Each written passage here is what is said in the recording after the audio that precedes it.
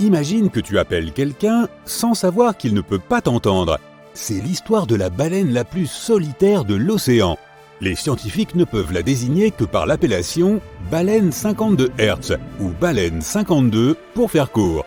Ils l'appellent ainsi car ils ont capté sa fréquence de son similaire à celle d'une baleine bleue qui se situe entre 10 et 39 Hz. Les baleines, comme de nombreux animaux, communiquent avec des fréquences qu'elles seules peuvent percevoir. Cette baleine en particulier est connue comme étant la seule de son espèce, car aucune autre baleine ne produit la même fréquence. C'est presque une baleine fantôme, puisque personne ne l'a jamais vue en vrai, ou même en photo. Nous n'avons que des enregistrements via des hydrophones. Elle nage dans l'océan depuis des décennies et a été entendue pour la première fois à la fin des années 1980 et jusqu'en 2010. Les scientifiques ont perçu le cri de la baleine dans l'océan Pacifique chaque année d'août à septembre. Entre janvier et février, elle se déplace hors de portée.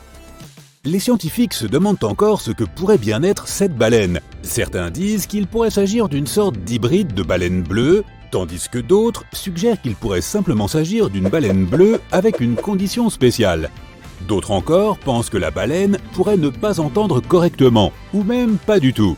Mais le fait que la baleine existe depuis si longtemps signifie qu'elle est probablement en bonne santé. On sait que la baleine vit quelque part dans le Pacifique Nord, mais les scientifiques ne l'ont toujours pas vue depuis 30 ans. Tout ce qu'ils ont pu faire, c'est recueillir des enregistrements vocaux sur son chemin en appelant une autre baleine pour qu'elle réponde. Il est intéressant de noter que les fréquences des baleines ont été découvertes par accident. Les Américains ont déployé un tas d'hydrophones au fond de l'océan pour espionner les sous-marins.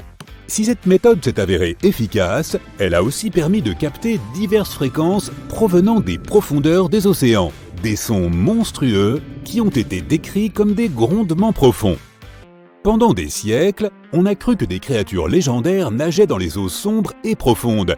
Kraken, léviathans et autres bêtes aquatiques effrayantes.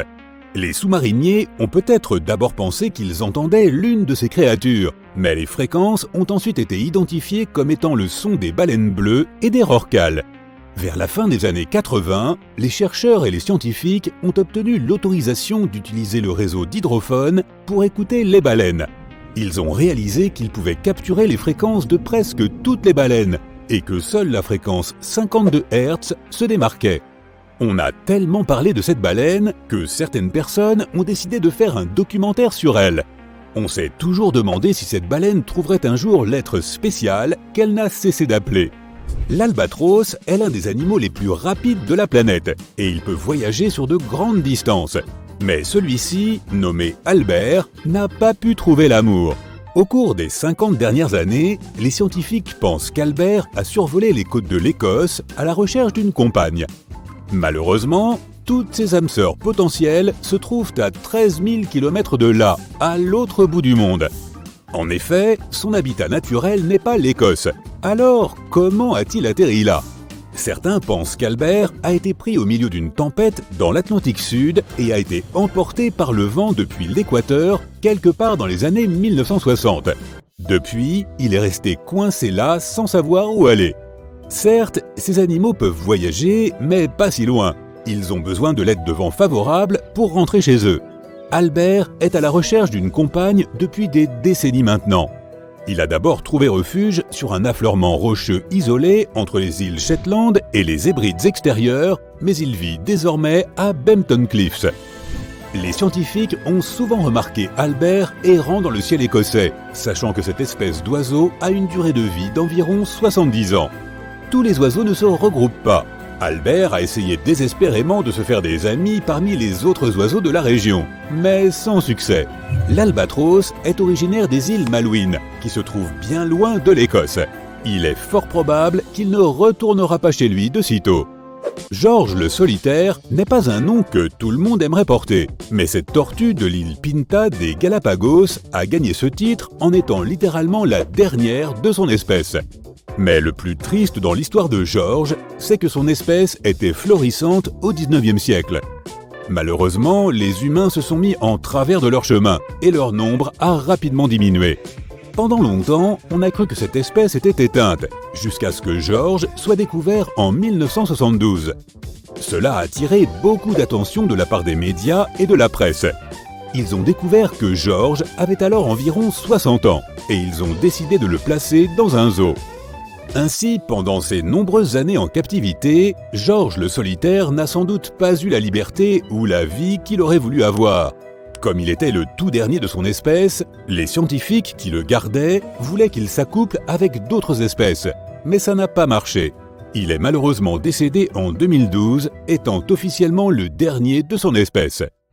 Tuffy, une grenouille arboricole à franges, était aussi la dernière de son espèce. Cette espèce vivait autrefois librement dans les forêts tropicales du Panama, planant d'arbre en arbre. Tout comme George le solitaire, on a emmené Tuffy en captivité pour la protéger des prédateurs et d'une infection qui a anéanti le reste de son espèce. Elle a été placée dans un jardin botanique d'Atlanta, dans un conteneur d'expédition gris. Elle est décédée en 2016.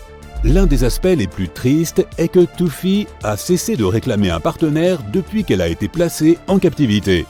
D'une façon ou d'une autre, elle semblait savoir soit qu'elle était la dernière de son espèce, soit qu'elle se trouvait dans un conteneur. Elle n'a d'ailleurs jamais répondu aux enregistrements de grenouilles de son espèce. Peut-être savait-elle aussi qu'ils étaient faux. Quoi qu'il en soit, elle est devenue une légende parmi les amateurs de grenouilles. Au début de l'année 1987, on ne connaissait que 3 aras de Spix à l'état sauvage, et à la fin de la même année, 2 d'entre eux ont été enlevés. Au Brésil, les aras de Spix volent librement dans les épaisses forêts amazoniennes. Ils vivent principalement dans les forêts tropicales sèches et se réfugient dans les vieux arbres creux qui poussent le long des ruisseaux. Leur régime alimentaire est principalement constitué de graines et de noix lorsqu'ils peuvent en trouver. Leur nombre a commencé à diminuer jusqu'à ce qu'on ne les aperçoive plus. En 1995, un groupe de scientifiques a entrepris une expédition pour sauver l'oiseau le plus rare de cette époque. La tâche ne devait pas être si difficile, puisque la couleur bleu-gris de l'oiseau est si distincte qu'on le repère à 1 km à la ronde. Ils n'ont trouvé que ce seul spécimen vivant dans le monde, près d'une petite ville du nord-est du Brésil. L'ara avait été repérée pour la première fois par un naturaliste allemand, John Baptist von Spix, en 1819. C'est à lui qu'il doit son nom. À cette époque, il n'y avait aucune trace du nombre d'aras de Spix qui existait, mais von Spix avait déjà noté qu'ils étaient très rares.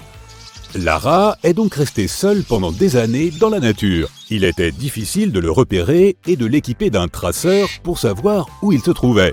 Cependant, il y avait encore de nombreux aras de Spix bien vivants, mais en captivité, qui n'ont jamais ressenti la joie d'étirer leurs ailes et de voler librement d'arbre en arbre. Après une reproduction réussie, les scientifiques ont désormais relâché 47 individus en bonne santé dans la nature, ce qui est suffisant pour relancer l'espèce. Mais cette fois, les scientifiques n'ont pas voulu prendre de risques et ont décidé de placer des bandes métalliques autour des arbres où se trouvent les nids creux. Cela empêchera les prédateurs naturels comme les jaguars ou les opossums d'agir. Il aurait été préférable que le dernier ara de Spix trouve un compagnon et fonde une famille. Quoi qu'il en soit, on peut se réjouir que ces merveilles bleues soient de retour dans leur habitat naturel, là où elles doivent être.